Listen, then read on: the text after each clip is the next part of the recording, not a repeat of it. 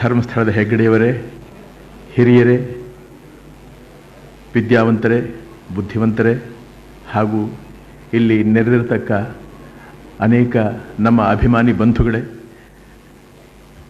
ನನಗನ್ಸುತ್ತೆ ಇಲ್ಲಿ ಏನು ಮಾತಾಡಬೇಕು ಅಂತ ನನಗೆ ಗೊತ್ತಾಗ್ತಾ ಇಲ್ಲ.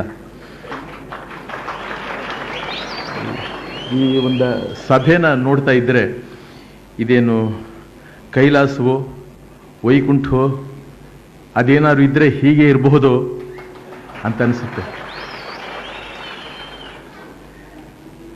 ನಾನು ಒಂದೇ ಮಾತು ಹೇಳೋದಕ್ಕೆ ಆಸೆ ಪಡ್ತೀನಿ.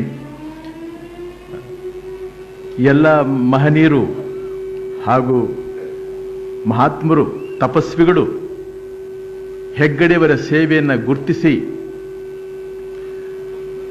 ಅನೇಕವಾಗಿ ಆಶೀರ್ವಚನಗಳನ್ನು ಹೇಳಿದ್ದಾರೆ. ನಾನು ಏನು ಹೇಳಬಲ್ಲೆ?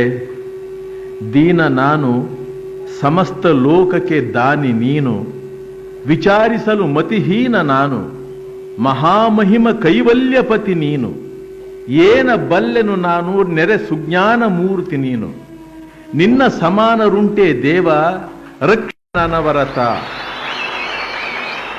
ಕನಕದಾಸರು ಇದನ್ನು ಹೇಳಿದ್ರು. ಇದನ್ನು ಮಾತ್ರ ನಾನು ಹೇಳಬಲ್ಲೆ, ಯಾಕೆಂದ್ರೆ ನಾನು ವಿದ್ಯಾವಂತ ಅಲ್ಲ, ದೊಡ್ಡ ಭಾಷಣಕಾರನಲ್ಲ, ಮಾತುಗಾರನಲ್ಲ. ಒಟ್ಟಿನಲ್ಲಿ ನನಗೇನನ್ಸುತ್ತೆ, ಹೂವಿನಿಂದ ನಾರು ಸ್ವರ್ಗ ಸೇರಿತು ಅಂತ ಹೇಳಿದ ಹಾಗೆ ಹೆಗ್ಗಡೆಯವರು ನನ್ನ ಈ ಸಭೆಯಲ್ಲಿ ಬರಮಾಡಿಕೊಂಡು ನನ್ನನ್ನು ಈ ಸಭೆಯಲ್ಲಿ ಸೇರಿಸಿ ಅವ್ರನ್ನ ಆಶೀರ್ವಾದ ಮಾಡಿದ ಎಲ್ಲ ಮಹನೀಯರುಗಳು, ಅವರು ನಮಗೂ ಆಶೀರ್ವಾದ ಮಾಡಿದ್ದಾರೆ ಅಂತ ನಾನು ಅನ್ಕೋತೀನಿ. ಇದು ನನಗೇನು ಅನಿಸುತ್ತೆ ಅಂತ ಹೇಳಿದ್ರೆ, ನಾನು ಅನೇಕ ಸಲ ಧರ್ಮಸ್ಥಳಕ್ಕೆ ಬಂದಿದ್ದೀನಿ. ಹೆಗ್ಗಡೆಯವರು ಮಾಡಿರ್ತಕ್ಕಂಥ ಸೇವೆ ಜನಸೇವೆಯೇ ಜನಾರ್ದನನ ಸೇವೆ ಅಂತ ಹೇಳ್ತಾರೆ ದೊಡ್ಡವರು. ಹಾಗೂ ದೊಡ್ಡ ದೊಡ್ಡ ಸಾಧುಗಳು, ಸಂತರು ಬೇಕಾದಷ್ಟು ಹೇಳಿದ್ದಾರೆ.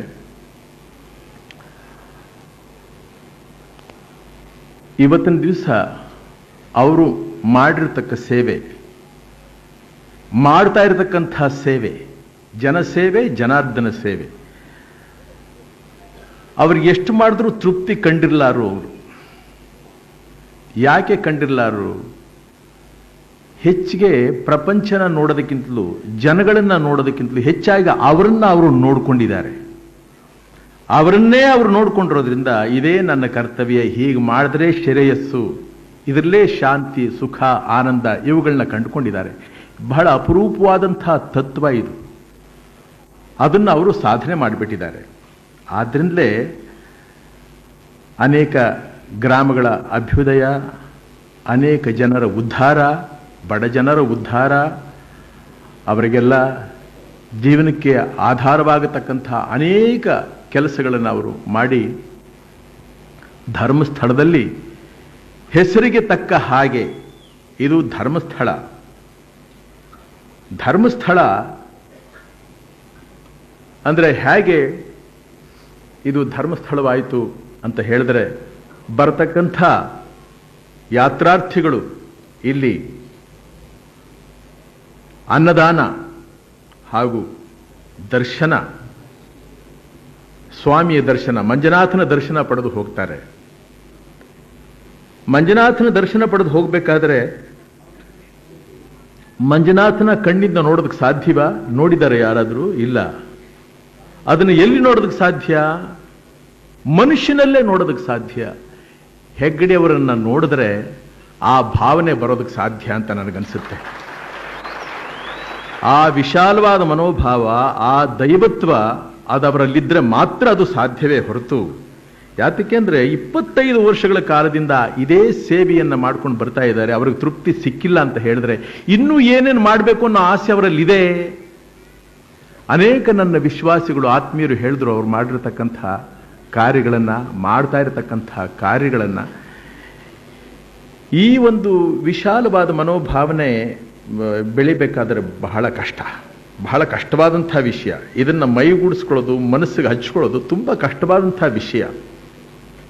ಕಷ್ಟವಾಗಿರುತ್ತೆ. ಅದು ಒಗ್ಗಿಬಿಟ್ರೆ ಅದರಲ್ಲಿ ಬರತಕ್ಕಂಥ ಸುಖ, ಅದರಲ್ಲಿ ಸಿಕ್ಕತಕ್ಕಂಥ ಆನಂದ ಬೇರೆ ಇನ್ಯಾತರಲ್ಲೂ ಸಿಕ್ಕೋದಕ್ಕೆ ಸಾಧ್ಯ ಇಲ್ಲ. ದೇವರು ವರ ಕೊಟ್ಟರು ಪೂಜಾರಿ ವರ ಕೊಡಲ್ಲ ಅಂತಾರೆ ಹೇಳ್ತೀನಿ. ಹಾಗೆ ಅವ್ರು ಮಾಡಿರ್ತಕ್ಕಂಥ ಕರ್ತವ್ಯ ಇಲ್ಲಿ ಬರತಕ್ಕಂಥ ಯಾತ್ರಾರ್ಥಿಗಳು ಹಾಗೂ ಬಂದು ಇದನ್ನು ಇಲ್ಲಿ ಗಮನಿಸಿದಾಗ ಇಲ್ಲಿಂದ ಏನು ತಿಳ್ಕೋಬಹುದು ಅಂತ ಹೇಳಿದ್ರೆ, ನಾವೇನಾದರೂ ಹೇಳೋದಕ್ಕಿಂತಲೂ ಕೇಳೋದು ಬಹಳ ಉತ್ತಮ, ಕೇಳಿ ತಿಳ್ಕೊಳ್ಳೋದು ಬಹಳ ಉತ್ತಮ. ಈ ಕ್ಷೇತ್ರದಲ್ಲಿ ಬಂದು ಏನಾದರೂ ತಿಳ್ಕೊಂಡು ಹೋಗೋದಕ್ಕೆ ಚೆನ್ನಾಗಿರುತ್ತೆ ಹೊರತು ತಿಳಿ ಹೇಳೋದಕ್ಕೆ ಚೆನ್ನಾಗಿರೋದಿಲ್ಲ.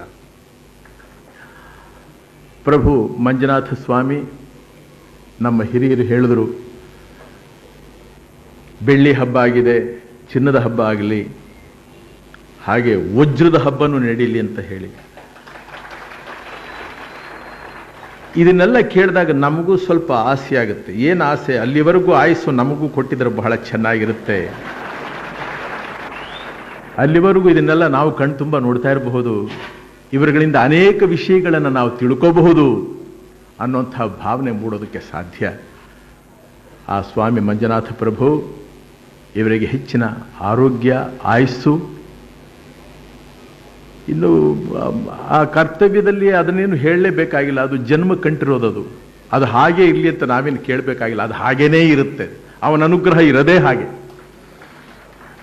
ಇಷ್ಟು ಹೇಳಿ ಇಂಥ ಒಂದು ಸದವಕಾಶವನ್ನು ನನಗೆ ಕಲ್ಪಿಸಿಕೊಟ್ಟಿದ್ದಕ್ಕಾಗಿ ಈ ಸಮಾರಂಭದ ಎಲ್ಲ ನನ್ನ ಆತ್ಮೀಯರಿಗೂ, ಇಲ್ಲಿ ನೆರೆದಿರ್ತಕ್ಕಂಥ ಎಲ್ಲ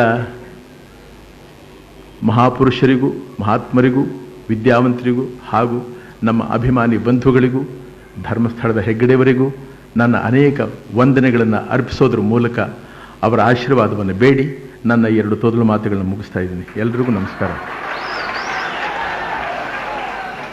ಹಾಡು ಇವಾಗ ಬೇಡಿ, ಕಡೆಯಲ್ಲಿ ಹೇಳ್ತೀನಿ.